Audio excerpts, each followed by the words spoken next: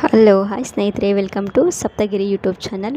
ವಿಡಿಯೋದಲ್ಲಿ ಅದು ಶಿವಮೊಗ್ಗ ಏರ್ಪೋರ್ಟ್ವರೆಗೂ ಬರೋದು, ಅಲ್ಲಿ ತಿಂಡಿ ಮಾಡೋದನ್ನು ಹಾಕಿದ್ದೆ ಸ್ನೇಹಿತರೆ. ಈ ವಿಡಿಯೋದಲ್ಲಿ ಏರ್ಪೋರ್ಟ್ ಒಳಗಡೆ ಯಾವ ರೀತಿ ಚೆಕ್-ಇನ್ ಆಗಬೇಕು, ಚೆಕ್-ಇನ್ ಆಗುವಾಗ ಏನೇನು ರೂಲ್ಸ್ಗಳಿರುತ್ತೆ, ಬ್ಯಾಗ್ಗಳನ್ನು ಯಾವ ರೀತಿ ಚೆಕ್ಕಿಂಗ್ ಹಾಕಬೇಕು ಅನ್ನೋದ್ರ ಬಗ್ಗೆ ತೋರಿಸ್ಕೊಡ್ತಾ ಇದ್ದೀನಿ. ಇದೇನು ನೀವು ನೋಡ್ತಾ ಇದ್ದೀರಾ, ಇದು ಶಿವಮೊಗ್ಗ ಏರ್ಪೋರ್ಟ್ನ ಔಟ್ಲುಕ್ಕು.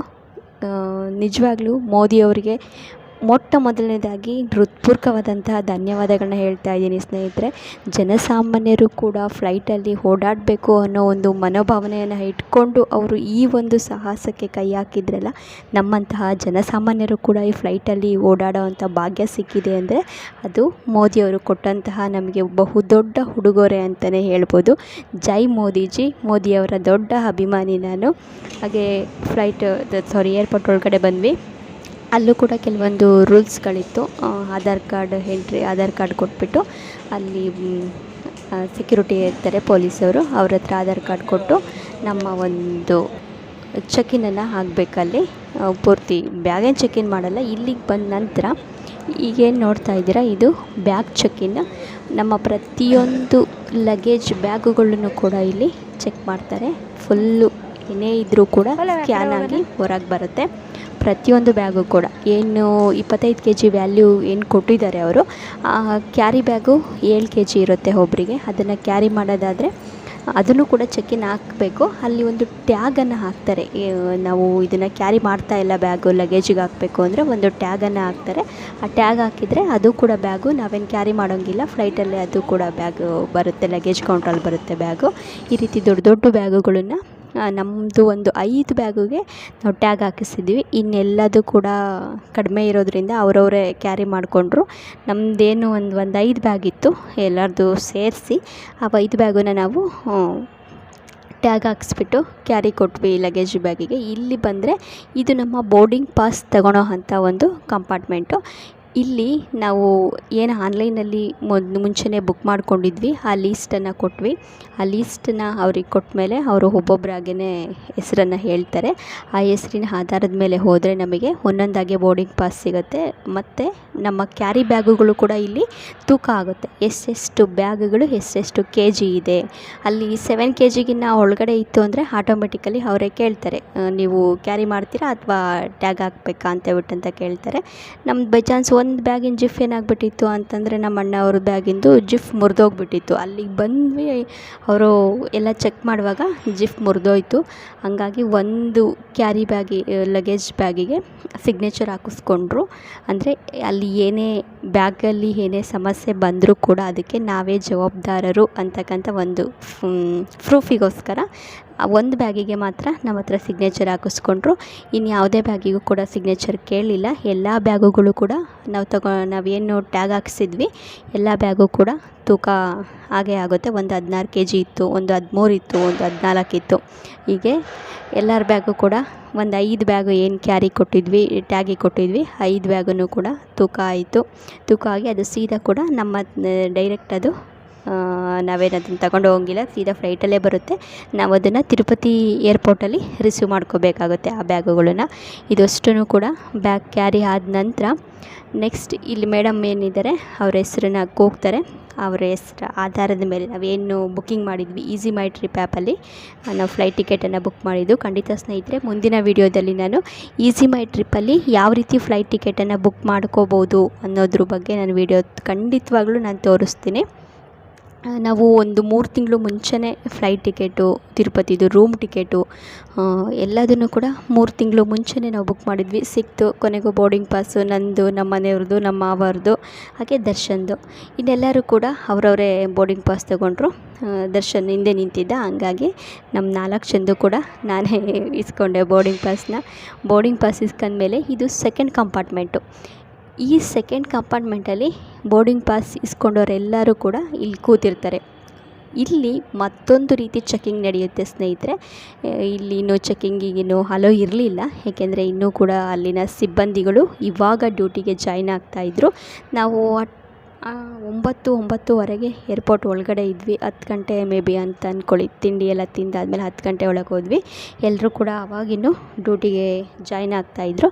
ಹಾಗಾಗಿ ಒಂದು 10 ಅಲ್ಲೇನು ನೋಡ್ತಾ ಇದ್ದೀರಾ ಅಲ್ಲಿನ ಸಿಬ್ಬಂದಿಗಳಿವರು, ಅವರಷ್ಟರು ಕೂಡ ಅಲ್ಲಿ ಡ್ಯೂಟಿಗೆ ಜಾಯ್ನ್ ಆಗ್ತಾಯಿದ್ರು.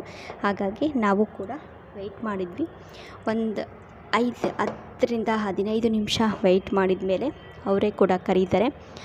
ತಿರುಪತಿಗೆ ಹೊರಟಿರೋ ಅಂಥ ಪ್ಯಾಸೆಂಜರ್ಗೆ ಚೆಕ್ಕಿಂಗ್ ಅವಶ್ಯಕತೆ ಇದೆ ಅಂತೇಳ್ಬಿಟ್ಟಂತ ಅಲ್ಲಿ ನಿಂತಿರ್ತಕ್ಕಂಥ ಅಷ್ಟು ಪೊಲೀಸ್ ಕೂಡ ಚೆಕ್ಕಿಂಗ್ ಮಾಡ್ತಕ್ಕಂಥ ಪೊಲೀಸವ್ರನ್ನೂ ಕೂಡ ಚೆಕ್ ಮಾಡ್ತಾರೆ. ಅವರು ಎಲ್ಲ ಪೂರ್ತಿ ಸೆಕ್ಯೂರಿಟಿ ಚೆಕ್ ಆದ ನಂತರನೇ ನಮ್ಮನ್ನು 3ನೇ ಕಂಪಾರ್ಟ್ಮೆಂಟಿಗೆ ಬಿಡೋದು. ಅಲ್ಲಿವರೆಗೂ ಕೂಡ ನಾವು ಹೋಗೋಂಗೇ ಇಲ್ಲ.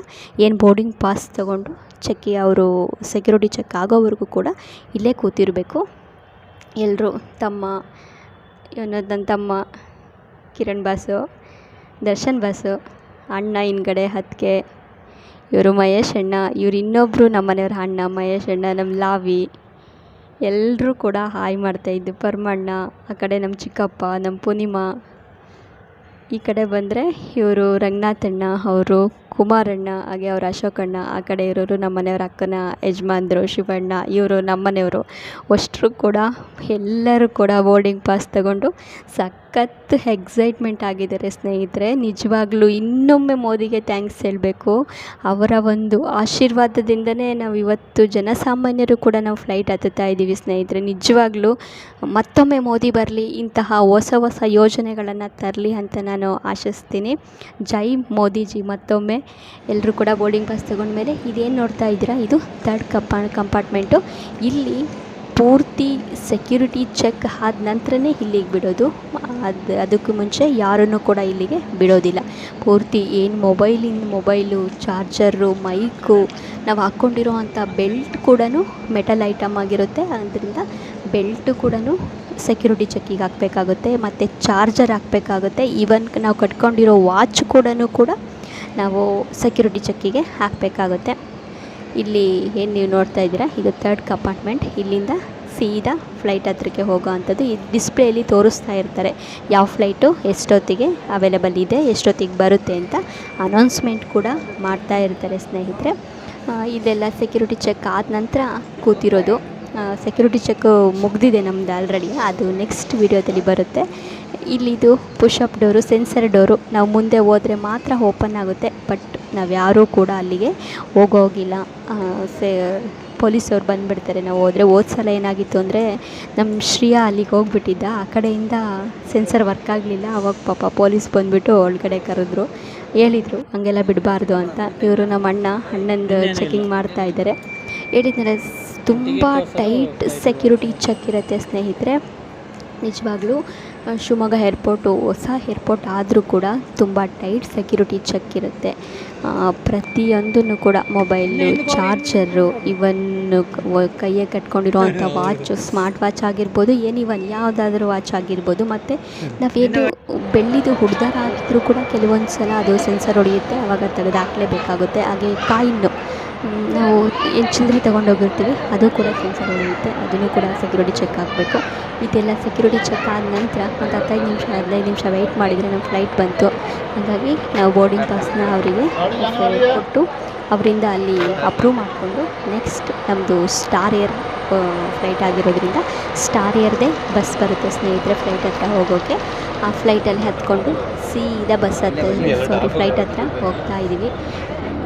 ಅಲ್ಲಿಂದ ಅಲ್ಲಿಗೆ ಒಂದು 1/2 ಕಿಲೋಮೀಟ್ರ್ ಅಂತ ಅಂದ್ಕೋಬೋದು. ಸ್ಟಾರ್ ಏರ್ದೆ ಯಾವುದು ಇಂಡಿಗೋ ಫ್ಲೈಟ್ ಬುಕ್ ಮಾಡಿದರೆ ಇಂಡಿಗೋದೇ ಬರುತ್ತೆ ಫ್ಲೈಟು, ಬಸ್ಸು. ಸ್ಟಾರ್ ಏರ್ದು ನಾವು ಫ್ಲೈಟ್ ಬುಕ್ ಮಾಡಿಕೊಂಡ್ರೆ ಸ್ಟಾರ್ ಏರ್ದು ಬರುತ್ತೆ. ಇವಾಗ ತಿರುಪತಿಗೆ ಮೇ ಬಿ 2 ಫ್ಲೈಟ್ಗಳನ್ನ ಬಿಟ್ಟಿದ್ದಾರೆ ಅಂತ ಹೇಳ್ತಾಯಿದ್ರು ನಮ್ಮ ಮನೆಯವರು. ಇದು ನಾವು ಬುಕ್ ಮಾಡಿರೋದು ಸ್ಟಾರ್ ಏರ್ದು. ಇಂಡಿಗೋ ಫ್ಲೈಟ್ ಕೂಡ ಒಂದು 2:30ಗೆ ಬಿಟ್ಟಿದ್ದಾರೆ ಅಂತ ಹೇಳ್ತಾಯಿದ್ರು. ಮೇ ಬಿ ನಮಗೂ ಕೂಡ ಅದು ಗೊತ್ತಿಲ್ಲ, ಸರಿಯಾಗಿ ಮಾಹಿತಿ ಗೊತ್ತಿಲ್ಲ. ತಿಳ್ಕೊಂಬಿಟ್ಟು ಹೇಳುವ ನಿಮಗೆ. ಅಲ್ಲಿಗೆ ಫ್ಲೈಟ್ ಹತ್ರ ಹೋಗ್ತಾ ಇದ್ದೀವಿ ಸ್ನೇಹಿತರೆ. ನಿಜವಾಗ್ಲೂ ತುಂಬ ಎಕ್ಸೈಟ್ಮೆಂಟ್ ಎಲ್ಲರ ಮುಖದಲ್ಲೂ ಕೂಡ ಕಾಣ್ತಾ ಇದೆ ಇಲ್ಲಿ.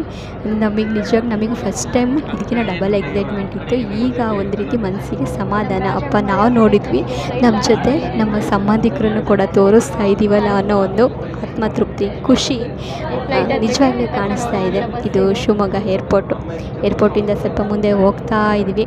ಅಣ್ಣನೂ ಕೂಡ ವಿಡಿಯೋ ಮಾಡ್ಕೊತಾ ಇದ್ದಾರೆ. ನಿಜವಾಗ್ಲೂ ಸ್ನೇಹಿತರೆ ತುಂಬ ಖುಷಿ ಆಗುತ್ತೆ. ಎಷ್ಟು ಸಲ ಮೋದಿಯವರಿಗೆ ಥ್ಯಾಂಕ್ಸ್ ಹೇಳಿದರೂ ಕೂಡ ಕಡಿಮೆನೇ. ಮೋದಿಯವರಿಗೆ, ಯಡಿಯೂರಪ್ಪ ಅವರಿಗೆ, ವಿಜಯೇಂದ್ರ ಅವರಿಗೆ ಎಷ್ಟು ಥ್ಯಾಂಕ್ಸ್ ಹೇಳಿದರೂ ಕೂಡ ಕಡಿಮೆನೇ. ಅವರ ಎಲ್ಲರ ಫಲದ ಪರಿಶ್ರಮ ಇವತ್ತು ಜನಸಾಮಾನ್ಯರು ಕೂಡ ಫ್ಲೈಟಲ್ಲಿ ಹೋಗುವಂತಹ ಒಂದು ಅವಕಾಶವನ್ನು ಕಲ್ಪಿಸಿಕೊಟ್ಟಿದ್ದಾರೆ. ಕನಸಿನ ಮಾತು, ಎಲ್ಲ ಜನಸಾಮಾನ್ಯರಿಗೂ ನಾವು ಫ್ಲೈಟಲ್ಲಿ ಹೋಗ್ತೀವಿ ಅನ್ನೋದು ಖಂಡಿತವಾಗ್ಲೂ ಕನಸಿನ ಮಾತು. ಅದು ಎಷ್ಟು ಅಯ್ಯೋ ಫ್ಲೈಟ್ ಹೋಗ್ತಾ ಇದ್ದರೆ ಅದು ನೋಡಲಿಕ್ಕೆ ಒಂದು ಖುಷಿ. ಅಂಥದ್ರಲ್ಲಿ ನಾವು ಫ್ಲೈಟಲ್ಲಿ ಹತ್ಕೊಂಡು ಹೋಗ್ತಾ ಇದ್ದೀವಿ, ಸಾಮಾನ್ಯ ಜನತೆ ಫ್ಲೈಟಲ್ಲಿ ಹತ್ತಾ ಇದ್ದೀವಿ ಅಂತಂದರೆ ನಿಜವಾಗ್ಲೂ ಖುಷಿ ಅಲ್ವಾ ಸ್ನೇಹಿತರೆ? ಖಂಡಿತವಾಗ್ಲೂ ಎಷ್ಟು ಮನಸ್ಸಿಗೆ ಸಂತೋಷ ಅಂದರೆ ಹೇಳಲಿಕ್ಕಾಗದೇ ಇರೋ ಅಂತಹ ಒಂದು ಖುಷಿ, ಸಂತೋಷ. ಇಲ್ಲಿಗೆ ಫ್ಲೈಟ್ ಬಂದ ತಕ್ಷಣ ಎಲ್ಲರೂ ಕೂಡ ಸಿಬ್ಬಂದಿಗಳು, ಅಲ್ಲಿನ ಆಯಾ ಸಿಬ್ಬಂದಿಗಳು ವರ್ಕ್ ಮಾಡ್ತಾ ಇದ್ದಾರೆ. ಫೋಟೋ ತೆಗಿಯೋದಕ್ಕೆ ಅವೈಲೇಬಲ್ ಕೊಡೋದಿಲ್ಲ ಸ್ನೇಹಿತರೆ, ಆದರೂ ಫಟಾಫಟ್, ಏಕೆಂದರೆ ಟೈಮಿಂಗ್ಸ್ ಅವರಿಗೆ ಇಂಪಾರ್ಟೆಂಟ್ ಅಲ್ವಾ, ಆದರೂ ಕೂಡ ಒಂದೆರಡು ಸೆಲ್ಫಿಗಳು ನನಗೆ ಕ್ಲಿಕ್ ಮಾಡಿಕೊಂಡು ಫೋಟೋ ಹೊಡ್ಕೊಂಡು ವಿಡಿಯೋ ಮಾಡ್ಬೋದು. ವಿಡಿಯೋಕ್ಕೇನು ಅಬ್ಜೆಕ್ಷನ್ ಇಲ್ಲ, ಬಟ್ ಫೋಟೋಕ್ಕೆ ಅವರು ವೆಯ್ಟ್ ಮಾಡಿದರೆ ಲೇಟ್ ಆಗುತ್ತೆ ಅಂತ ಅವ್ರದ್ದು ಕೂಡ ಒಂದು ಫ್ಲೈಟಿಗೆ ಲೇಟ್ ಆಗುತ್ತೆ ಅನ್ನೋ ಒಂದು ಉದ್ದೇಶದಿಂದ ಫೋಟೋಕ್ಕೆ ಅವೈಲೇಬಲ್ ಕೊಡಲ್ಲ. ಅಂದರೆ ಹೇಳ್ತಾರೆ ಬೇಗ ಹತ್ತಿ ಅಂತ ಹೇಳ್ತಾರೆ ಸ್ನೇಹಿತರೆ ಅಷ್ಟೇ. ವಿಡಿಯೋಕ್ಕೆ ಯಾವುದೇ ರೀತಿ ಏನು ಮಾಡಲಿಲ್ಲ. ಹಾಗಾಗಿ ವಿಡಿಯೋ ಮಾಡಿಕೊಂಡೆ. ಲಾಬಿ ಮುಂದೆ ಹತ್ತಾ ಇದ್ದಾಳೆ, ಅವಳ ಹಿಂದೆ ನಾನು ಹೋಗ್ತಾ ಇದ್ದೀನಿ, ನನ್ನ ಹಿಂದೆ ನಮ್ಮ ಮನೆಯವರು ಬರ್ತಾ ಇದ್ದಾರೆ. ಇಲ್ಲಿ ಮತ್ತೆ ಒಂದು ಸಲ ನಮ್ಮ ಬೋರ್ಡಿಂಗ್ ಪಾಸ್ ಚೆಕ್ಕಿಂಗ್ ಆಗುತ್ತೆ. ಹಾಗೆ ಇಲ್ಲಿನ ಗಗನ ಸಖಿಯರು ನಮ್ಮನಿಗೆ ಸ್ವಾಗತವನ್ನು ಕೋರ್ತಾರೆ, ವೆಲ್ಕಮ್ ಮಾಡ್ತಾರೆ. ಎಲ್ಲ ಪ್ಯಾಸೆಂಜರ್ಸ್ನೂ ಕೂಡ ವೆಲ್ಕಮ್ ಮಾಡ್ತಾರೆ. ಇದಾದ ನಂತರ ನಮ್ಮ ಟಿಕೆಟಲ್ಲೇ ನಮ್ಮ ಸೀಟ್ ನಂಬರ್ ಕೂಡ ಮೆನ್ಷನ್ ಆಗಿರುತ್ತೆ. ನಮ್ಮದು 12D ಮತ್ತು C, ನಮ್ಮದು ಮತ್ತು ನಮ್ಮ ಮನೆಯವ್ರದ್ದು 12 ನಂಬರ್, ಸೀಟ್ ನಂಬರ್ 12. ಅದರಲ್ಲಿ D ಮತ್ತು C ಮತ್ತು D ಈ ಕಡೆ ಕಂಪಾರ್ಟ್ಮೆಂಟಲ್ಲಿ ಸಿಕ್ಕಿದ್ದು. ನಮಗೆ ಹೋದ ಸಲ ಈ ಲೆಫ್ಟ್ ಸೈಡ್ ಕಂಪಾರ್ಟ್ಮೆಂಟಲ್ಲಿ ನಮಗೆ ಸಿಕ್ಕಿತ್ತು ಸ್ನೇಹಿತರೆ. ಈ ಸಲ ಅದರ ಉಲ್ಟಾ ಕಂಪಾರ್ಟ್ಮೆಂಟಲ್ಲಿ ಸೀಟ್ ಸಿಕ್ಕಿದೆ. ನಮಗೆ ಸೀಟ್ ನಂಬರ್ ಕೂಡ ನಮಗೆ ಗೊತ್ತಾಗಲಿಲ್ಲ ಅಂದ್ರೂ ಕೂಡ ಅಲ್ಲೇ ಇರ್ತಕ್ಕಂಥ ಅಲ್ಲಿನ ಸಿಬ್ಬಂದಿಗಳು ಹೆಲ್ಪ್ ಮಾಡ್ತಾರೆ. ಆದರೂ ಎಲ್ಲದನ್ನು ಕೂಡ ನೋಡ್ಕೊಂಡ್ವಿ. ಸೀಟ್ ನಂಬರ್ ಎಲ್ಲ ಅವ್ರವ್ರದ್ದಕ್ಕೆಲ್ಲ ಕೂರಿಸ್ತಾಯಿದ್ರು ನಮ್ಮ ಮನೆಯವರು. ನಾನು ನಮ್ಮ ಸೀಟ್ ನಂಬರ್ ನೋಡಿಕೊಂಡು ಕೂತ್ಕೊಂಡ್ವಿ. ಬಟ್ ಏನಾಗ್ಬಿಟ್ಟಿದೆ ನನ್ನ ಸೀಟ್ ಅಂದರೆ ರೆಕ್ಕೆ ಬಂದುಬಿಟ್ಟಿದೆ ಸ್ನೇಹಿತರೆ ಫ್ಲೈಟ್ದು. ಹಂಗಾಗಿ ನಮ್ಮ ಚಿಕ್ಕಪ್ಪರದು ಅವ್ರದ್ದು ಮುಂದೆ ಇತ್ತು ಸೀಟು, ಹಂಗಾಗಿ ಅವ್ರು ಮುಂದೆ ಹೋಗ್ತಿದ್ದಾರೆ. 9C ಅವ್ರದ್ದು, 9C ಅವ್ರದ್ದು ಸೀಟ್ ನಂಬರು. ಹಂಗಾಗಿ ಅವರು 11Cಗೆ ಬಂದಿದ್ದರು. ಹಾಗಾಗಿ ಅವರು ಮುಂದೆ ಕಳಿಸ್ತಾ ಇದ್ವಿ. ಅಲ್ಲಿ ಇನ್ನೊಬ್ಳು ನನ್ನ ತಂಗಿ ಬರಬೇಕಿತ್ತು, ಅವಳಿಗೆ ಲೀವ್ ಹಾಕಲಿಕ್ಕೆ ಸಾಧ್ಯ ಆಗಲಿಲ್ಲ. ಪಾಪ ಬುಕ್ ಮಾಡಿದ್ಲು, ಆದರೆ ಅವಳು ಅಬ್ಸೆಂಟ್ ಆದಳು. ಪರವಾಗಿಲ್ಲ, ಇನ್ನೊಂದ್ಸಲ ಲಕ್ಕಿ ಟೈಮ್ ಯಾವಾಗಾದ್ರೂ ಸಿಕ್ಕರೆ ಹೋಗಿ ಬರಲಿ, ಆಶೀರ್ವಾದ ಮಾಡೋಣ. ಇನ್ನೇನು ಫ್ಲೈಟು ಹೊರಡೋ ಅಂಥ ಟೈಮು. ಎಂಥವರಿಗೂ ಕೂಡ ಫಸ್ಟ್ ಟೈಮ್ ನಿಜವಾಗ್ಲೂ ಎಕ್ಸೈಟ್ಮೆಂಟು, ಭಯ ಇದ್ದೇ ಇರುತ್ತೆ. ನಮಗೆ ಫಸ್ಟ್ ಟೈಮ್ ಸಖತ್ ಎಕ್ಸೈಟ್ಮೆಂಟು, ಭಯ ಇತ್ತು. ಈ ಒಂದು ಸಮಯದಲ್ಲಿ ಕುತೂಹಲತೆ ಇತ್ತು. ಹೋದ ಟೈಮಲ್ಲಿ ನನ್ನ ಮಗ ತುಂಬ ಅಂದರೆ ತುಂಬ ಹೊರಟ್ಬಿಟ್ಟಿದ್ದ. ಏಕೆಂದರೆ ಅವನಿಗೂ ಕೂಡ ಫಸ್ಟ್ ಟೈಮು. ತುಂಬ ಹತ್ತಿದ್ದ ಅಂತಂದರೆ ಇಳ್ಸೋಕೇಳ್ರಿ, ಫಸ್ಟ್ ಫ್ಲೈಟ್ ಇಳ್ಸೋಕೇಳ್ರಿ, ನಾನು ಸತ್ತೋಗ್ತೀನಿ, ಫಸ್ಟ್ ಫ್ಲೈಟ್ ಇಳ್ಸೋಕೇಳ್ರಿ, ಅಷ್ಟು ಅವನು ಎಲ್ಲ ನಿಜವಾಗ್ಲೂ ಅವನಿಗೂ ಕೂಡ ಅಷ್ಟು ಭಯ ಆಗಿತ್ತು. ಏಕೆಂದರೆ ಫಸ್ಟ್ ಟೈಮ್ ಎಲ್ರಿಗೂ ಭಯ ಆಗಿತ್ತು. ಎಲ್ಲದನ್ನು ಕೂಡ ಫ್ಲೈಟಲ್ಲಿ ಅನೌನ್ಸ್ ಮಾಡ್ತಾರೆ. ಸೀಟ್ ಬೆಲ್ಟು ಪ್ರತಿಯೊಂದನ್ನು ಕೂಡ ಅನೌನ್ಸ್ಮೆಂಟ್ ಮಾಡ್ತಾರೆ ಸ್ನೇಹಿತರೆ. ಫ್ಲೈಟಲ್ಲಿ ಸಿಬ್ಬಂದಿಗಳು ಏನಿರ್ತಾರೆ ಅವರು seat belt compulsory seat belt ಹಾಕಲೇಬೇಕು. ಹಾಕಲಿಲ್ಲ ಅಂದರೆ ನಾವು 100 ಸಲ ತೆಗೆದ್ರೂ ಕೂಡ 100 ಸಲ ಬಂದು ಹೇಳ್ತಾರೆ. ಏಕೆಂದರೆ ನಾವು ಅವರ ಒಂದು ಮಾತಿಗೆ ಗೌರವವನ್ನು ಕೊಡಬೇಕು. ನಮಗೆ ತಿರ್ಗೋದಕ್ಕೆ ಸಾಧ್ಯ ಆಗಲ್ಲ ಅಂತ ನಾವೇನಾದರೂ ಸೀಟ್ ಬೆಲ್ಟ್ ಬಿಚ್ಚಿದ್ರೆ ಅವರಿಗೆ ಆಟೋಮೆಟಿಕಲಿ ಮೆಸೇಜ್ ಹೋಗುತ್ತೆ, ಖಂಡಿತವಾಗ್ಲೂ ಬರ್ತಾರೆ. ಇದು ಏನು ನೋಡ್ತಾ ಇದ್ದರೆ ಇದು AC ಬೇಕಂದರೆ ಆನ್ ಮಾಡ್ಕೋಬೋದು, ಇಲ್ಲಾಂದರೆ ಆಫ್ ಮಾಡ್ಕೋಬೋದು. ನಮಗೆ ಅಲ್ಲೇ ಕೂಲ್ ಜಾಸ್ತಿ ಆಗಿತ್ತು. ಹಂಗಾಗಿ ಎ ಸಿನ ಆಫ್ ಮಾಡ್ಕೊಂಡ್ವಿ. ಪಕ್ಕದವ್ರ ಅಣ್ಣ ಮತ್ತು ಮುಂದೆ ರಂಗನಾಥಣ್ಣ ಅವ್ರ ಹತ್ರ ಬರೋವಂಥ ಎ ಸಿನ ನಮಗೆ ಸಾಕಾಗಿತ್ತು. ಅಲ್ಲಿಂದ ನಮ್ಗೆ ಸಖತ್ತು ಥಂಡಿ ಹೊಡಿತಾ ಇತ್ತು. ಹಂಗಾಗಿ ನಾವು ಎ ಸಿನ ಆಫ್ ಮಾಡಿದ್ವಿ. ಇದು ಒಂದು ಕಂಪಾರ್ಟ್ಮೆಂಟು. ಇಲ್ಲಿ ಏನಾದರೂ ಟೀ ಕಾಫಿ ಏನಲ್ಲಿ ಸ್ನ್ಯಾಕ್ಸ್ ಕೊಡ್ತಾರಲ್ಲ ತಗೊಳ್ತೀವಲ್ಲ ಅದನ್ನೇನಾದರೂ ಇಟ್ಕೊಂಡು ತಿನ್ನಲಿಕ್ಕೆ ಬೇಕಾಗಿ ಕೊಟ್ಟಿರ್ತಾರೆ. ಇದನ್ನು ಇದ್ರಗಡೆ ಕೆಲವೊಂದು ಬುಕ್ಕುಗಳನ್ನು ಕೂಡ ಇಟ್ಟಿರ್ತಾರೆ, ನೋಡ್ಕೋಬೋದು ಫ್ಲೈಟ್ ಹೋಗೋವರೆಗೂ. ಅಂದರೆ ಶಿವಮೊಗ್ಗದಲ್ಲಿ ನಾವು ಹೋದ ದಿನ ಏನಾಗಿತ್ತಪ್ಪ ಅಂದರೆ ಫುಲ್ಲು ಮಳೆ ಸ್ನೇಹಿತರೆ. ಇವತ್ತು ಎಷ್ಟು ಅಂತಂದರೆ ಸಖತ್ತು ಮೋಡ ಕವಿದ ವಾತಾವರಣ. ನಮಗೆ ಭಯ ಆಗಿತ್ತು ಫ್ಲೈಟ್ ಎಲ್ಲಿ ರದ್ದಾಗಿಬಿಡ್ತೋ ಅನ್ನೋ ಒಂದು ಟೆನ್ಷನ್ ಕೂಡ ಇತ್ತು. ಆದರೆ ಹಂಗಾಗಲಿಲ್ಲ, ಫ್ಲೈಟ್ ಬಂತು. ಈಗೇನು ಫ್ಲೈಟು ಹೊರಡ್ತಾ ಇದೆ. ನಾವು ಇಳಿಯುವಾಗ ಮತ್ತು ಹತ್ತುವಾಗ ಆ ಒಂದು ಏನು ಕಂಪಾರ್ಟ್ಮೆಂಟ್ ಇದೆ ಅದನ್ನು ಕ್ಲೋಸ್ ಮಾಡಬೇಕು ಸ್ನೇಹಿತರೆ. ಕ್ಲೋಸ್ ಮಾಡಲಿಲ್ಲ ಅಂದರೆ ಅಲ್ಲಿನ ಸಿಬ್ಬಂದಿಗಳು ಬಂದು ಕ್ಲೋಸ್ ಮಾಡಿಸಿ ನಮ್ಮನ್ನು ಇಳಿಸೋದು. ಅಂಥ ಗಂಟೆ ಇಳಿಸಲ್ಲ. ಫ್ಲೈಟ್ ರನ್ವೇಲಿ ಹೋಗ್ತಾ ಇದೆ. ಇವಾಗ ರನ್ವೇನೇ 1-2-3-4 ಕಿಲೋಮೀಟ್ರ್ ಇರುತ್ತೆ. ಬೈ ಚಾನ್ಸ್ ನನಗೆ ಗೊತ್ತಿಲ್ಲ ಎಷ್ಟು ಕಿಲೋಮೀಟ್ರ್ ಇರುತ್ತೆ ಅಂತ. ಆ ರನ್ವೇ ಹೋದ ನಂತರನೇ ಫ್ಲೈಟು ಟೇಕ್ ಆಫ್ ಆಗೋದು. ಈಗ ಟೇಕ್ ಆಫ್ ಆಗ್ತಾ ಇದೆ. ಟೇಕ್ ಆಫ್ ಆಗುವಾಗ ಒಂದು ಸ್ವಲ್ಪ ಭಯ ಅಂತ ಅನಿಸುತ್ತೆ, ಮತ್ತು ಇಳಿವಾಗ ಒಂದು ಸ್ವಲ್ಪ ಭಯ ಅಂತ ಅನಿಸುತ್ತೆ ಅಷ್ಟೇ ಸ್ನೇಹಿತರೆ. ಅದನ್ನು ಬಿಟ್ಟರೆ ಇನ್ನೆಲ್ಲ ಟೈಮು ಅಂದರೆ ಸಖತ್ತು ಎಕ್ಸೈಟ್ಮೆಂಟ್, ಖುಷಿ ಇದ್ದೇ ಇರುತ್ತೆ. ಇನ್ನೂ ಕೂಡ ಇದು ರನ್ವೇಲೇ ಹೋಗ್ತಾ ಇದೆ. ಇನ್ನು ಫ್ಲೈಟ್ ಮೇಕೆ ಹಾರಿಲ್ಲ, ಇನ್ನೂ ರನ್ವೇನೇ ಹೋಗ್ತಾ ಇದೆ. ಒಂದು 2-3 ಕಿಲೋಮೀಟ್ರ್ ರನ್ವೇಲೇ ಹೋಗುತ್ತೆ ಸ್ನೇಹಿತರೆ. ರನ್ವೇಲಿ ಹೋಗಿ ಇಲ್ಲೇನು ನೀವು ನೋಡ್ತಾ ಇದ್ರಿ ಈ ಪಕ್ಕದಲ್ಲಿ, ಇಲ್ಲಿ ಟರ್ನ್ ತಗೊಂಡು ಈಗ ನೇರ ಹೈವೇಗೆ ಬಂದು ಫ್ಲೈಟ್ ಟೇಕ್ ಆಫ್ ಆಗೋದು. ಫ್ಲೈಟ್ ಇದು ಟರ್ನ್ ಆಗಿ ರನ್ವೇಗೆ ಬರ್ತಾ ಇದೆ. ಇಲ್ಲಿ ಫುಲ್ ಫ್ಲೈಟ್ ಕ್ರಾಸ್ ಆಗಿಬಿಟ್ಟು ಇಲ್ಲಿಂದ ಸ್ಪೀಡು ನಿಜಕ್ಕೂ ಒಂಥರ ಎಕ್ಸೈಟ್ಮೆಂಟ್. ನಮಗೂ ಅಷ್ಟೇ ಸ್ನೇಹಿತರೆ, ಫಸ್ಟ್ ಟೈಮ್ ಬಂದಾಗ ಭಯ ಅನ್ನಿಸ್ತಿತ್ತು, ಬಟ್ ಇವಾಗ ನಿಜವಾಗ್ಲೂ ಏನಿಲ್ಲ, ಖುಷಿ ಆಗ್ತಾಯಿದೆ. ಟರ್ನ್ ತಗೊಂಡು ಇಲ್ಲಿಂದ ನಮ್ಮದು ಫ್ಲೈಟು ಟೇಕ್ ಆಫ್ ಆಗುತ್ತೆ. ಅಲ್ಲಿವರೆಗೂ ಕೂಡ ಇದು ರನ್ವೇಲೇ ಬರ್ತಾ ಇರುತ್ತೆ. ಒಂದು ಮೀಡಿಯಮ್ ಸ್ಪೀಡಲ್ಲಿ ರನ್ವೇಲೇ ಬರ್ತಾ ಇರುತ್ತೆ.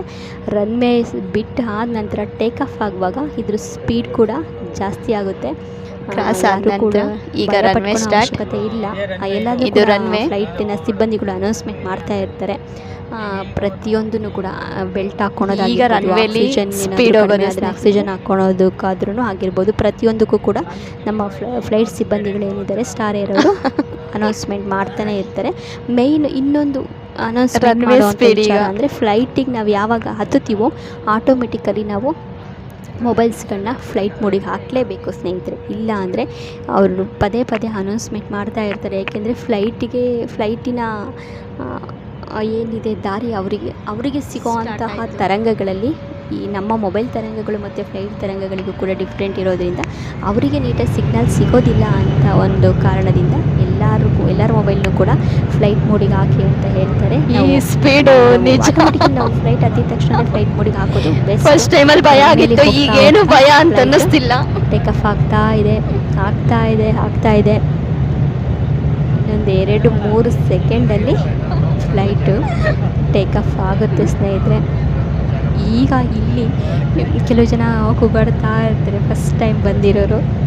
ಸ್ವಲ್ಪ ಸೌಂಡ್ ಡಿಸ್ಟರ್ಬೆನ್ಸ್ ಇದ್ದರೆ ಸಾರಿ, ಮೋಸ್ಟ್ಲಿ ಮ್ಯೂಟ್ ಆಗಿದೆ ಅಂತ ನಾನು ಅಂದ್ಕೊಂಡಿದ್ದೀನಿ. ಇದು ನೋಡ್ರಿ, ಟೇಕ್ ಆಫ್ ಆಯಿತು. ಒಂದು ಸ್ವಲ್ಪ ದೂರ ಹೋಗೋವರೆಗೂ ಭೂಮಿ ಕಾಣಿಸುತ್ತೆ, ಊರುಗಳು ಕಾಣಿಸುತ್ತೆ.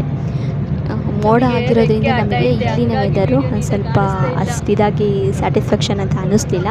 ಇನ್ನು ಆಂಧ್ರ ಹತ್ತತ್ರ ಬಂದ ಹಾಗೆ ವೆದರ್ ಚೆನ್ನಾಗಾಯಿತು. ಏಕೆಂದರೆ ಇಲ್ಲಿ ಶಿವಮೊಗ್ಗ ಬಿಡೋ ತನಕನೂ ಕೂಡ ಸ್ವಲ್ಪ ಮೋಡ ಕವಿದ ವಾತಾವರಣನೇ ಇತ್ತು, ಮಂಜೆಲ್ಲ ಇತ್ತು. ಹಾಗಾಗಿ ನನ್ನ ಸೀಟ್ ಹತ್ರ ಏನಾಗಿದೆ ಅಂದರೆ ನಾನು ಹೇಳ್ದಾಗೆ ರೆಕ್ಕೆ ಬಂದುಬಿಟ್ಟಿತ್ತು. ಹಂಗಾಗಿ ನನಗೆ ವಿಡಿಯೋ ಮಾಡಲಿಕ್ಕೆ ಆಗಲಿಲ್ಲ. ಮತ್ತು ನಾವು ಸೀಟ್ ಬಿಟ್ಟು ಬೇರೆ ಸೀಟಿಗೆ ತುಂಬ ಖಾಲಿ ಇದ್ವು ಸ್ನೇಹಿತರೆ. ನಾವು ಗೊತ್ತಿರೋ ಜಾಗದಲ್ಲಿ ಫ್ಲೈಟಿಂದ ರೆಕ್ಕೆ ಬಂದುಬಿಟ್ಟಿದೆ ಸ್ನೇಹಿತರೆ. ಹಂಗಾಗಿ ಕಾಣಿಸ್ತಾ ಇಲ್ಲ ನನಗೆ. ಹಂಗಾಗಿ ಬೇರೆ ಅವಕಾಶ ಆಗಿದೆ. ಏಕೆಂದರೆ ಫ್ಲೈಟ್ ಅಲ್ವಾ, ಈಗ ಬಸ್ಗಳಂದರೆ ಅಲ್ಲಿ ಇಲ್ಲಿ ಹೋಗ್ಬೋದು. ನೋಡಿ ನಾವು ಏನು ಕೂತಿದ್ದೀವಿ, ನಾವು ಬೇರೆ ಸೀಟ್ರಲ್ಲೇ ರೆಕ್ಕೆ ಬಂದುಬಿಟ್ಟಿದೆ. ಅದು ಏಕೆಂದರೆ ಅಲ್ಲಿನ ಸಿಬ್ಬಂದಿಗಳು ವಾಚ್ ಮಾಡ್ತಾನೆ ಇರ್ತಾರೆ. ಹಾಗಾಗಿ ನಾವು ಕೂಡ ನೋಡೋಣ, ಅಣ್ಣನ ಸೀಟಲ್ಲಿ ಹಿಂದೆನೇ ಅನ್ನ ಕೂತಿದ್ರು ಸ್ನೇಹಿತರೆ. ನೆಕ್ಸ್ಟ್ ಈಗ ಸ್ವಲ್ಪ ತಿರುಪತಿಲಿ ಭೇಟಿ ಆಗೋಣ ಅಂತ ನೋಡಿದೆ ಸ್ನೇಹಿತರೆ. ಆದರೂ ಅಷ್ಟು ಕ್ಲಿಯಾರಿಟಿ ಬಂದಿದೆಯೋ ಇಲ್ಲೋ ನನಗಂತೂ ಗೊತ್ತಿಲ್ಲ. ನನ್ನ ಸೀಟಲ್ಲಿ ನನ್ನ ಸೀಟ್ ಪಕ್ಕನೇ ಏನೇನೋ ಕಾಣ್ತಾನೆ ಇಲ್ಲ, ಫುಲ್ಲು ಮಂಜು. ಅಲ್ಲಿಗೆ ಫ್ಲೈಟಿಂದು ರೆಕ್ಕೆ ಬಂದುಬಿಟ್ಟಿತ್ತು. ನೀವು ಏನು ನೋಡ್ತಾ ಇದ್ದೀರಾ, ಇದೇ ರೆಕ್ಕೆ. ಈ ಕಡೆಗೂ ಕಾಣ್ತಾ ಇಲ್ಲ, ಈ ಕಡೆಗೂ ಕಾಣ್ತಾ ಇಲ್ಲ. ಮೊಬೈಲ್ ಮೇಲೆ ಚಿಕ್ಕ ಗ್ಲಾಸ್ ಅಷ್ಟೇ ಸ್ನೇಹಿತರೆ ಫ್ಲೈಟ್ ಒಳಗೆ ನೋಡ್ಬೋದು ಕಾಣಿಸುತ್ತೆ. ಬಟ್ ನನಗೆ ಇಟ್ಕೊಂಡು ಯಾಕೆಂದರೆ ನನಗೆ ಸೀಟ್ ಬೆಲ್ಟು ಹಾಕಿರೋದ್ರಿಂದ ಆ ಕಡೆ ಈ ಕಡೆ ತಿರುಗೋಕ್ಕೂ ಕೂಡ ಒಂದು ಸ್ವಲ್ಪ ಕಷ್ಟ ಆಗಿತ್ತು, ಟೈಟ್ ಇತ್ತು. ಹಂಗಾಗಿ ನಾನು ಇಲ್ಲೇ ಆದಷ್ಟು ತೊಗೊಂಡೆ. ಆಮೇಲೆ ನಮ್ಮವರೇ ಬೇರೆ ಬೇರೆ ಸೀಟಿಗೆ ಹೋಗೋಕ್ಕೆ ನಿಂತ್ಕೊಂಡ್ರು ಅಂದರೆ ಆ ರೀತಿ ಅವಕಾಶ ಇಲ್ಲ. ಬಟ್ ಅಲ್ಲಿ ಚೆನ್ನಾಗಿ ಕಾಣಿಸುತ್ತೇನೋ ಅಂತ ನೋಡೋಕ್ಕೆ ಹೋದ್ರೂ ಅಲ್ಲಿನ ಸಿಬ್ಬಂದಿಗಳು ಬರ್ತಾರೆ. ಆ ರೀತಿ ಮಾಡೋದು ತಪ್ಪು. ಒಂದ್ಸಲ ಫ್ಲೈಟಲ್ಲಿ ಕೂತ ಮೇಲೆ ದಯವಿಟ್ಟು ಯಾವುದೇ ಕಾರಣಕ್ಕೂ ಕೂಡ ಎದ್ದೇಳಬೇಡಿ. ಏಕೆಂದರೆ ನಮ್ಮ ಸುರಕ್ಷತೆ ಮುಖ್ಯ ಅಲ್ವಾ ಸ್ನೇಹಿತರೆ. ಹಾಗಾಗಿ ಎಷ್ಟು ಕಾಣಿಸುತ್ತೋ ಅಷ್ಟನ್ನು ನಾನು ಇಟ್ಕೊಂಡು ನೋಡ್ತಾ ಇದ್ದೀನಿ. ಅಂದರೆ ಮೋಡ ಇತ್ತು, ಹಂಗಾಗಿ ಕಷ್ಟ ಆಯಿತು. ಒಂದು ಶಿವಮೊಗ್ಗ ಬಿಡೋವರೆಗೂ ಕೂಡ ಮೋಡ ಇದ್ದೇ ಇತ್ತು. ಶಿವಮೊಗ್ಗ ಬಿಟ್ಟು ಆದ ನಂತರ ಇನ್ನೂ ಸ್ವಲ್ಪ ಫ್ಲೈಟ್ ಮೇಲೆ ಹೋದಂಗೆ ಬಿಸಿಲು ಜಾಸ್ತಿ ಆಯಿತು. ಬಿಸಿಲು ಯಾವಾಗ ಜಾಸ್ತಿ ಆಯಿತು ಆವಾಗ ನಮಗೆ ಫ್ಲೈಟ್ನ ಅನುಭವ ಆಗುತ್ತೆ, ಮೋಡದ ಅನುಭವ ಆಗುತ್ತೆ, ಆಕಾಶದ ಅನುಭವ ಆಗುತ್ತೆ. ನಿಜವಾಗ್ಲೂ ಫ್ಲೈಟಲ್ಲಿ ಹೋಗ್ತಾ ಇದ್ದೀವಿ ಅನ್ನೋ ಅನುಭವ ಆಗುತ್ತೆ. ಏಕೆಂದರೆ ಮೋಡಗಳೆಲ್ಲ ಹತ್ತತ್ರ ಬರುತ್ತೆ. ಹಂಗಾಗಿ ಆ ಬಿಸಿಲು ನೋಡಿ ಸ್ನೇಹಿತರೆ, ಇದು ಇವಾಗ ನಾವೇನು ಆಂಧ್ರ ಹತ್ತತ್ರ ಬಂದ್ವಿ ಆಲ್ರೆಡಿ. ಇದೇನು ಬಿಸಿಲು ಇರುವಾಗ ತಗೊಂಡಿದ್ದು ವೀಡಿಯೋ ಇದು. ಸಖತ್ ಅಂದರೆ ಸಖತ್ ಮಸ್ತ್, ಸ್ವರ್ಗನೇ ಭೂಮಿಗೆ ಇಳಿದಂತೆ ಆಗಿರುತ್ತೆ ಫಸ್ಟ್ ಟೈಮ್ ನೋಡೋರಿಗಂತೂ. ಬಿಸಿಲು ಇದ್ರೇ ಚೆಂದ ಫ್ಲೈಟಲ್ಲಿ ಹೋಗೋಕ್ಕೆ ಮಾತ್ರ. ನೀವೇನು ನೋಡ್ತಾ ಇದ್ದೀರಿ ಇದಷ್ಟು ಕೂಡ ಆಂಧ್ರ ಬಿಸಿಲು ಇದೆ. ಆಂಧ್ರ ಆಲ್ರೆಡಿ ಹತ್ತತ್ರ ಬಂದಿದ್ದೀವಿ ಸ್ನೇಹಿತರೆ. ಇನ್ನು ಕೆಳಗಡೆ ಒಂದು ಸ್ವಲ್ಪ ಕಾಣಿಸ್ತಾ ಇದೆ ಭೂಮಿ. ಮಿನಿಮಮ್ ಅಂದರೆ ಒಂದು 55 ನಿಮಿಷ. ಶಿವಮೊಗ್ಗ ಟು ತಿರುಪತಿ 55 ನಿಮಿಷ ಅಷ್ಟೇ ಸ್ನೇಹಿತರೆ. ನಾವು 12 ಗಂಟೆಗೆ ಅಲ್ಲಿಂದ ಹೊರಟ್ವಿ, 12:45ಗೆ ತಿರುಪತಿ. 12:45 ಹೊರಗಡೆಯಿಂದ ತಿರುಪತಿ ಏರ್ಪೋರ್ಟಿಂದ ಹೊರಗಡೆ ಬರೋ ಅಷ್ಟೊತ್ತಿಗೆ ಒಂದು ಗಂಟೆ 1:15 ಅಂದ್ಕೊಂಬಿಡಿ. ಯಾಕೆಂದರೆ ಅಲ್ಲಿ ಆಗ್ತಿರ್ತಕ್ಕಂಥ ಲಗೇಜ್ಗಳನ್ನೆಲ್ಲ ತಗೋಬೇಕಲ್ವ, ಹಾಗಾಗಿ ಲೇಟಾಗೇ ಆಗುತ್ತೆ. ಬಿಸಿಲು ಬಂದ ಸ್ನೇಹಿತರೆ, ಇವಾಗ ಪೂರ್ತಿ ಆಕಾಶ ಮೋಡ ಅಂತ ಕಾಣಿಸ್ತಾ ಇದೆ. ಆದರೂ ಅಂದರೆ ಫ್ಲೈಟ್ ಒಳಗಡೆ ನೋಡ್ತಾ ಇರ್ಬೋದು ಕಂಫರ್ಟಬಲ್ ಫೀಲ್. ಅಂದರೆ ತಲೆ ಸುತ್ತೋದು, ವಾಮಿಟ್ ಥರ ಆಗೋದು ಎಲ್ಲ ಹೋದ್ಸಲನೂ ಆಗಿತ್ತು. ಬಟ್ ಈ ಸಲ ಅನೌನ್ಸ್ಮೆಂಟ್ ಕೂಡ ಮಾಡ್ತಾ ಇರ್ತಾರೆ, ಫ್ಲೈಟ್ ಮೋಡಿಗೆ ಹಾಕಿ ಮೊಬೈಲ್ನ ಫ್ಲೈಟ್ ಮೋಡಿಗೆ ಹಾಕಿ ಅಂತ. ನಾವು ಬಂದ ತಕ್ಷಣವೇ ಫ್ಲೈಟ್ ಮೋಡಿಗೆ ಹಾಕ್ಬಿಟ್ವಿ ನನ್ನ ಮೊಬೈಲ್ನ. ಏನೂ ಮಾಡೋಂಗಿಲ್ಲ. ಅದರ ಅನುಭವನ ಪಡಿಬೇಕು ಅಂದರೆ ಆ ಫೀಲಿಂಗುಗಳಿಗೆಲ್ಲ ನಾವು ಒಳಗಾಗಲೇಬೇಕು. ಇವಾಗ ತಿರುಪತಿ ಹತ್ತಿರ ಬಂತು. ತಿರುಪತಿ ಇದು ಲ್ಯಾಂಡಿಂಗ್, ತಿರುಪತಿ ಲ್ಯಾಂಡಿಂಗು. ತಿರುಪತಿ ಏರ್ಪೋರ್ಟಿಂದ ತಿರುಪತಿ ಸಿಟಿಗೆ ಒಂದು 25-30 ಕಿಲೋಮೀಟ್ರ್ ಆಗುತ್ತೆ ಸ್ನೇಹಿತರೆ. ಅಲ್ಲಿಂದ ಅಲ್ಲಿಗೆ ಬಸ್ ಅವೈಲೇಬಲ್ ಕೂಡ ಇದೆ, ಬರ್ಬೋದು. ಅಂಥ ಕಷ್ಟ ಏನಂತ ಅನ್ಸಲ್ಲ. ಲ್ಯಾಂಡ್ ಆದ ಏರ್ಪೋರ್ಟಿಂದ ಹೊರಗಡೆ ಬಂದ್ವಿ. ಅದೇನೋ ಹೇಳ್ತಾರಲ್ಲ, ಬಾವಿಯು ನದಿ ಒಳಗಿರೋ ಮೀನನ್ನ ಹೊರಗಡೆ ತೆಗೆದಾಕ್ದಂಗಾಯಿತು ಅಂತ, ಆ ರೀತಿ ಆಯಿತು ಸ್ನೇಹಿತರೆ. ಯಾಕೆಂದರೆ ಅಷ್ಟು ಏನು ನಾವು ಕೂಲಲ್ಲಿದ್ವಿ. ಆಂಧ್ರ ಒಳಗಡೆ ಏರ್ಪೋರ್ಟ್ ಬಿಟ್ಟು ಹೊರಗಡೆ ಬಂದ್ವಿ. ಶಿವ, ಸಖತ್ತು ಬಿಸಿಲು ಅಂತಂದರೆ ಸಖತ್ತು ಬಿಸಿಲು ಅಂದರೆ ಬಿಸಿಲು ಇತ್ತು. ಇದು ನಾವು ಇಳಿವಾಗ ತಗೊಂಡಿರ್ತಕ್ಕಂಥ ಒಂದು ವಿಡಿಯೋ. ಪಾಪ ಅಲ್ಲೆಲ್ಲ ಗಗನಸಖಿಯರು ಕೂಡ ಮತ್ತೆ ನಮಗೆ ಆಲ್ ದ ಬೆಸ್ಟ್ ಹೇಳ್ಬಿಟ್ಟು ಕಳಿಸ್ತಾರೆ. ನಿಜವಾಗ್ಲೂ ತುಂಬ ಅಣ್ಣನೂ ಕೂಡ ವೀಡಿಯೋ ಮಾಡ್ಕೊತಾ ಇದ್ದರು, ನಾನು ಕೂಡ ವೀಡಿಯೋ ಮಾಡ್ಕೊತಾ ಇದ್ದೆ. ಅವರು ಮೇಡಮ್ ನೋಡಿಬಿಟ್ಟು ಹಾಯ್ ಮಾಡಿದರು. ನನಗೆ ಸ್ಲಿಪ್ ಆಯಿತು, ಹಂಗಾಗಿ ನಾನು ಅದನ್ನು ತೊಗೊಂಡ್ಲಿಲ್ಲ. ಇವರು ಅಣ್ಣ ಏನು ಮಾಡಿದರು, ಅವರನ್ನು ವೀಡಿಯೋ ಮಾಡ್ಕೊಳಕ್ಕೆ ಹೋದರು. ಇವರು ನಮಗೆ ಹಾಯ್ ಮಾಡ್ತಾಯಿದ್ದಾರೆ ಹಾಯ್ ಅಂತ. ಚೆನ್ನಾಗಿತ್ತು ಸ್ನೇಹಿತರೆ. ವಿಡಿಯೋ ನೋಡಿದ್ದಕ್ಕಾಗಿ ಧನ್ಯವಾದಗಳು. Thank you so much. ಹಾಗೆ ಸಪ್ತಗಿರಿ ಯೂಟ್ಯೂಬ್ ಚಾನಲ್ಗೆ ಸಬ್ಸ್ಕ್ರೈಬ್ ಆಗಿ ಈ ವಿಡಿಯೋಗೆ ಒಂದು ಲೈಕ್ ಕೊಡಿ. Thank you so much.